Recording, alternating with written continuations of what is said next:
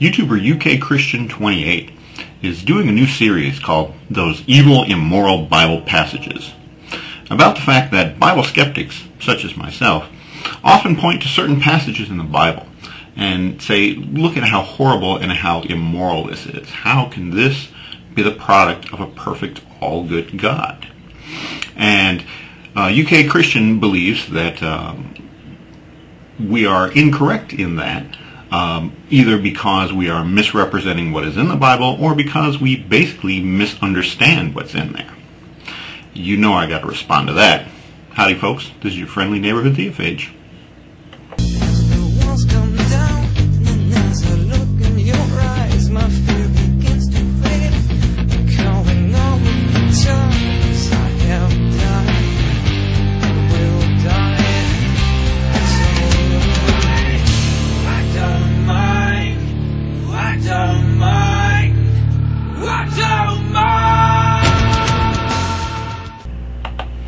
Okay, in the first video in his series, UKChristian28 asks us, does Deuteronomy chapter 21 verses 18 through 21 endorse the stoning of disobedient children, and how can anyone defend such an evil-sounding passage? And for those of you who don't know, this is that passage. From the King James Bible it says, if a man have a stubborn and rebellious son, which will not obey the voice of his father or the voice of his mother, and that when they have chastened him, he will not hearken unto them, then shall his father and his mother lay hold on him, and bring him out unto the elders of his city, and unto the gate of his place. And they shall say unto the elders of his city, this our son is stubborn and rebellious. He will not obey our voice. He is a glutton and a drunkard. And all the men of his city shall stone him with stones, that he die. So shalt thou put evil away from among you, and all Israel shall hear and fear. And of course, the Bible skeptics often complain, wow, this is saying that you should be able to stone your children to death. What's going on here? That's just crazy. And UK Christian makes some good points about how the common Bible skeptic response to this passage is over the top and not very well informed. And I'm going to give his points here. He says, the context indicates that this isn't a young child, but a grown one. The Hebrew word used for son in this case is generic and doesn't specify age, but we get that from the context that we're not talking about little 6-year-old boys. And I agree with that. That makes a lot of sense. His next point, in ancient Israel, people still had an obligation to their parents, even in adulthood. That's why it is the parents that end up dragging the kid out in front of the community. Okay. The child in question is not merely disobeying, but is out of control and harmful to the community, and shown that he will not change his ways. Now, while the passage doesn't explicitly state that, UK Christian gives an argument for why what it does say in the passage supports that, and in the most part I agree with him. What we're talking about here in this passage is someone who is out of control. This is a last resort, and that was his next point, that this stoning is a last resort after everything else has failed, and it even mentions that in the passage, that he wouldn't listen, other methods were tried, and that this stoning is their last resort. Now, so far I agree with UK Christian that this is a more accurate interpretation of the text, not the sort of straw man case that we're talking about, parents being able to kill little Johnny because he didn't clean his room. Let's go on. His next point being that ancient Israel didn't have a police force like we do in the modern day to deal with this kind of trouble. Modern police have a difficult enough time with drunken and disorderly people.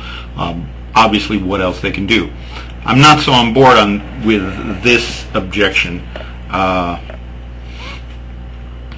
The reason why modern police forces have trouble with drunken and disorderly people is because those forces are limited in what they can do. Basically, if the police force consisted of a bunch of guys who could just beat the hell out of the drunk, it wouldn't be such a problem. The reason why police have trouble dealing with drunk people is because there is a certain amount of respect that they have to show to the offender, certain things that they can do, certain things that they can't do. They have to follow procedures. In ancient Israel, even if there wasn't a police force, if somebody's causing trouble in the town, you don't think 4 or 5 men would be able to step up and handle it? Oh no, there's no police, we just got to let them run free. No, I don't think so. I don't think that's a valid objection at all. But finally, UK Christian sums it all up saying, this law is necessary for the well-being and survival of the family and the community at large. And that is his essential point here, that this law is necessary for survival. I mean, it's not what we would choose to do, but it's got to be done. And that's why it's not a horrible, evil, terrible thing. It's necessary. We can't let somebody eat up all the food. We can't let someone go around being drunk and breaking things and being rebellious in the community, because it'll destroy the community. And if we were to examine what is better, let the community be destroyed because we're not handling this one guy, or take out this one guy and the community survives. Now, from a practical standpoint, I can see that. In a practical sense, this is what you got to do. But I don't think that that really completely addresses the skeptic's objections. Remember that the skeptic's objections here isn't that the Bible is a book of practical answers to everyday problems, that it is a book about and by, through human writers, a perfect, omniscient God, somebody who is morally perfect as well. Now, I had made a short video earlier asking the question, why would this be included in the Bible?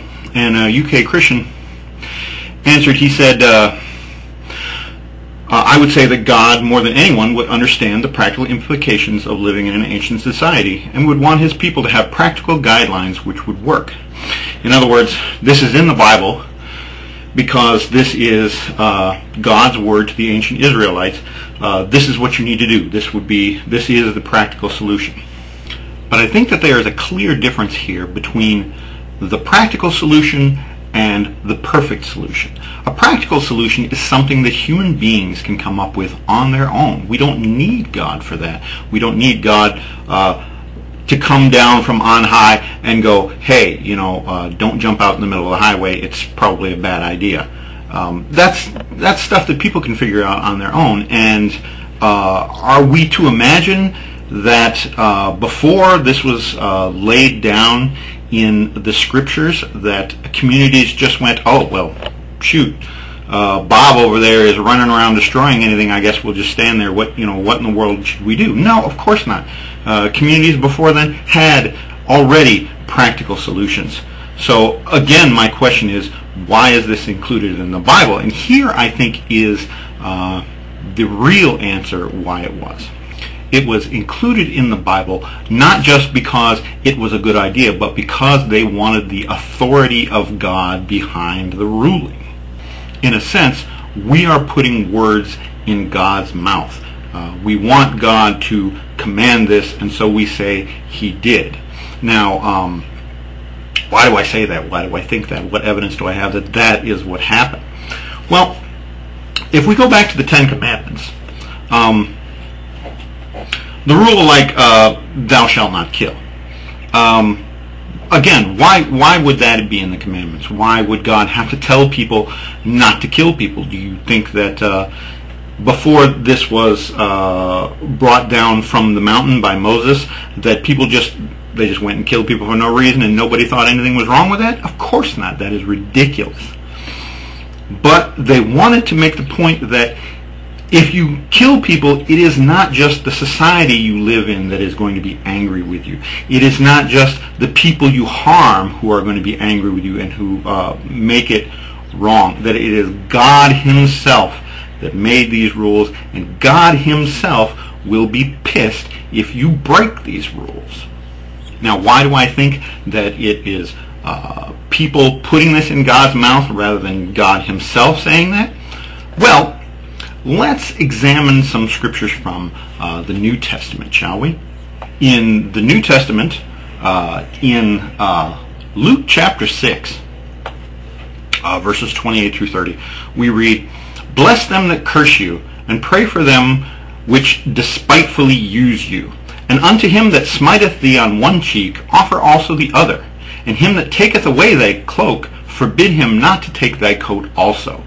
Give to every man that asketh of thee, and of him that taketh away thy goods, ask them not again." And then the next passage I want you to look at is in Matthew chapter 5, verses 29 through 30. "And if thy right eye offend thee, pluck it out and cast it from thee. For it is profitable for thee that one of thy members should perish, and not that thy whole body should be cast into hell. And if thy right hand offend thee, cut it off and cast it from thee. For it is profitable for thee that one of thy members should perish, and not that thy whole body should be cast into hell." Now, what do both of these passages say? Essentially, they are saying that the moral imperative is that you not sin, that even though you personally suffer from what is going on, it is better that you suffer and not sin and not take the aggressive action, because especially I believe it was in Matthew, Jesus had just got finished saying that when you are angry with your brother, you have committed murder in your heart against your brother.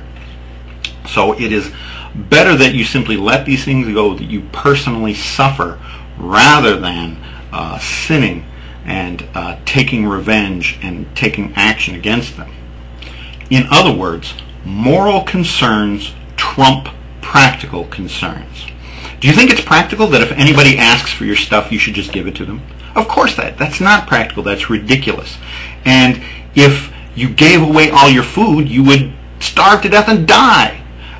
But that is what Jesus is saying here in these New Testament passages, that it is better that you suffer, that you starve to death and die, that you cut off your hand, that you lose your eye, than to sin and be in danger of hellfire. It is better, again, to follow the moral obligation than it is to follow any kind of practical rule. And the passage in Deuteronomy is kind of the exact opposite. It's already we were given the fact that thou shalt not kill, but the passage is saying, well, you know what, in this case there is a practical need for it. It's necessary, so yeah, it's okay to kill him. And because it is in the scriptures, it isn't just the village elders who are saying that. It is God himself who is endorsing this. Yes, it is okay. You can go ahead and kill this troublemaker for practical reasons. It's not bad morally. Now, of course, I expect UK Christian to object, that ancient Israel was a different time and place, even from the New Testament Palestine area. Different situations. Yes, it was necessary then. But again, the principles that Jesus is talking about in the New Testament say that the practical concerns must be secondary to the moral concerns. And God's morality is supposedly perfect, is supposedly the same from the two things. The practical concerns change with the situation, change with the time and place. But if the practical concerns are supposed to be secondary to the moral concerns, then if it was true that God gave these commands in Deuteronomy and said, it's okay if you kill him, then he would be contradicting himself in the New Testament. And that is the real problem that skeptics should be giving with this passage. Not that, oh, it's horrible, we're going around killing 6-year-old children, but it points to the fact that God's morality is inconsistent. And this inconsistency is exactly what we would expect to see if the Bible were merely a series of books written by men rather than the divinely inspired word of a perfect, omniscient, and all-good God. So that's why I think it's obvious that this passage points to the fact that it is people putting words in God's mouth, because God's morality supposedly derives from his perfect and unchanging nature. God cannot merely make something moral or make something immoral, just like God cannot change his own nature. And in the Deuteronomy passage, we have God making an exception basically for practical reasons. You know, normally it's not okay to murder and kill, but because the practical reason here is so high, I mean, the importance of saving the community is so important, yeah, we're going to make an exception this time. That's not something an unchanging God would even be able to do, let alone likely to do. But that is something that we would expect human beings to do. If human beings felt that the practical reason was more important, then they would say, oh, and yeah, God said it's okay. He's on our side. Yeah. To conclude, I want to apologize for how rushed and frantic and kind of disorganized this video was. I'm trying to hurry up and finish it before I have to go pick up my wife from school.